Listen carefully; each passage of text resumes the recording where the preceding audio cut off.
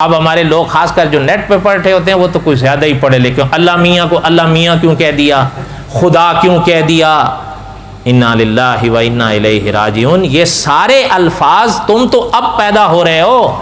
صدیوں سے اکابر اللہ کے لیے استعمال کر رہے ہیں، یہ گستاخیاں ان کو نہیں سمجھ میں آئیں،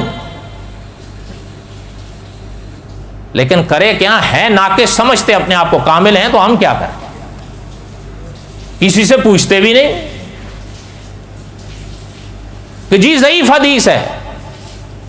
علماء نے لکھا ہے اس حدیث پہ عمل خدا کے اولیاء نے کیا، اس حدیث پہ عمل خدا کے، بات ختم ہو گئی۔ فضائل میں ہے نا، تو فضائل میں اگر ضعیف حدیث بھی ہے تو مقبول ہوتی ہے۔ اچھا پھر یہ ایک مستقل سوال ہوتا ہے کہ آیا ضعیف جو رٹ رہے ہوتے ہیں ہمارے نیٹ کے دھنی، وہ یہ نہیں بتاتے کہ تمہارے ضعیف کے نزدیک آیا سندن ضعیف ہے یا متنن ضعیف ہے، یہ تو وضاحت کرو، اس لیے کہ سندن ضعیف ہونا اور بات ہے، متنن ضعیف ہونا دوسری بات ہے۔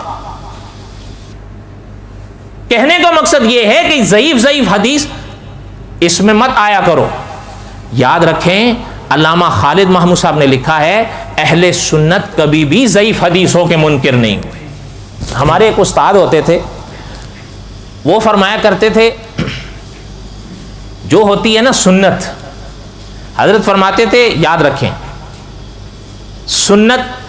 آسان ہوتی ہے، سنت مختصر ہوتی ہے، سنت مقبول ہوتی ہے، یہ تین باتیں ارشاد فرمایا کرتے تھے۔ باقی کئی چیزیں ہوتی ہیں وہ میں نے اور آپ نے اپنی طرف سے بڑھا رکھی بھی ہوتی ہیں،